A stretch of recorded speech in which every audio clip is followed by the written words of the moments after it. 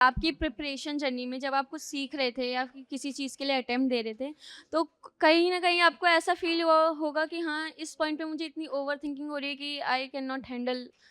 तो उसमें ऐसा होता है कि हाँ, अभी हम प्रिपेयर कर रहे हैं, हमें पता है कि आगे हमें करना है इस चीज़ को हमें करना पड़ेगा, हमारे लिए ज़रूरी है। लेकिन थिंकिंग से नहीं बच पाते हम लोग और हम कभी नेगेटिव चले जाते हैं, कभी किसी और पेज पे चले जाते हैं। तो उस चीज़ को आप कैसे कंट्रोल करते थे?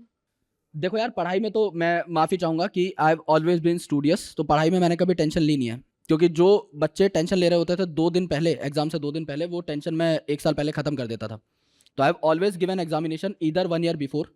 तो मैं एलिजिबिलिटी से पहले ही मैंने अधिकतर जो एग्ज़ामिनेशन दिए थे ग्रेजुएशन, पोस्ट ग्रेजुएशन में, वो मैंने एलिजिबिलिटी से पहले ही क्रैक कर दिए थे। तो पढ़ाई में ऐसा कुछ हुआ नहीं, मैं स्ट्रेस्ड रहता था अलग चीज़ों की वजह से। जैसे मैंने हमेशा, जैसे अभी हवा है ऊपर, है ना? कुछ दिखाई नहीं दे रहा। मुझे कुछ दिखाई दे रहा है। मुझे दिखाई दे रहे हैं उड़ते हुए तीर, है ना? भाले। और मुझे पता है एक आधा मैं उछल के ले भी लूँगा। तो I am more of a इन्क्विसिटिव गाय। मैं एक काम पे बहुत लंबे टाइम नहीं टिक सकता। तो मेरे को टीचिंग के अलावा और भी चीज़ें चाहिए रहती हैं। जैसे I write books, I write research papers, I do dry lab. उसके अलावा मैं कुछ और अलग किताबों पे, प्रोजेक्ट्स पे काम कर रहा हूँ। I have some hobbies also. अभी मैंने कुछ गिटार बजाना सीखा है। तो ऐसे करते-करते मुझे लग रहा है कि कुछ मेरे को एक्स्ट्रा एलिमेंट चाहिए, कुछ स्पाइस चाहिए मेरे को।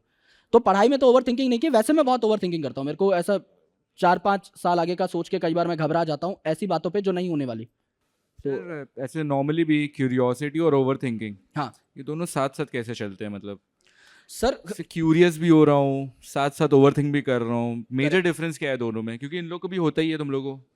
सर मेजर डिफरेंस ये है कि curious you get about things जो कि आपको पता एग्जिस्ट कर सकती हैं। ओवरथिंकिंग इज समथिंग जिसका बेस ही गलत है, जो एग्जिस्ट ही नहीं कर सकती। यानी कई बार मैं बैठ के ये सोचता हूँ कि यार अगर मैं कल मर गया तो मेरा घर कौन संभालेगा? अब इस चीज की बुनियाद ही गलत है। पहली बात तो अगर मर गया तो मैं कौन होता हूं ये कंट्रोल करने वाला? लेकिन दूसरी चीज ये है कि मुझे ये सोचना ही नहीं चाहिए। I should work upon something else. तो इस चीज में मेरा खुद का ही दिमाग खराब होगा। तो एक किताब है that subtle art of not giving an F, है ना? बहुत अच्छी किताब है, बहुत मार्क। अच्छी बुक है। बहुत अच्छी किताब है। वहां आपको पता लगेगा एग्जैक्टली आप कहाँ दो चीजों में जंबल हो जाते हो और कौन सी चीजें ऐसी हैं जिनके बारे में आपको सोचना छोड़ देना चाहिए। व्हेन टू क्विट, एक और अच्छी किताब है, उसका भी रेफरेंस दे देता हूं। It's called quit. किताब का नाम ही क्विट है, बाय एनी ड्यूक। तो वो किताब आपको बताती है कि एग्जैक्टली कहां रुक जाना चाहिए। कई बार quitting is more important than winning. कई बार आप अपने कई साल बचा लेते हो, अपने कई रिश्ते बचा लेते हो, अपने काफी सारे पैसे बचा लेते हो, बस सही वक्त पे रुक के। कई बार अपने ईगो को थोड़ा नीचे रखो और रुक जाओ। कई बार ऐसा नहीं होता कि हम लोग कई बार ना बहकावे में आ जाते हैं, करके ही दिखाना है। कौन देख रहा है, किसको दिखाएंगे? है ही नहीं कोई आसपास। खुद की ही नजरों में लगे हुए हैं, बस एक ईगो क्लैश है खुद से ही कि भाई मैं तो कुछ कर ही दूंगा। लेकिन एग्जैक्टली फिगर आउट करना है ना कि मेरे लिए कौन सी फील्ड बनी है जहां मेरे को कुछ करना है। सो कई बार वो एनालाइज करने में बहुत दिक्कत हो जाती है। तो ये किताब अगर कभी मौका लगे तो पढ़ना जरूर।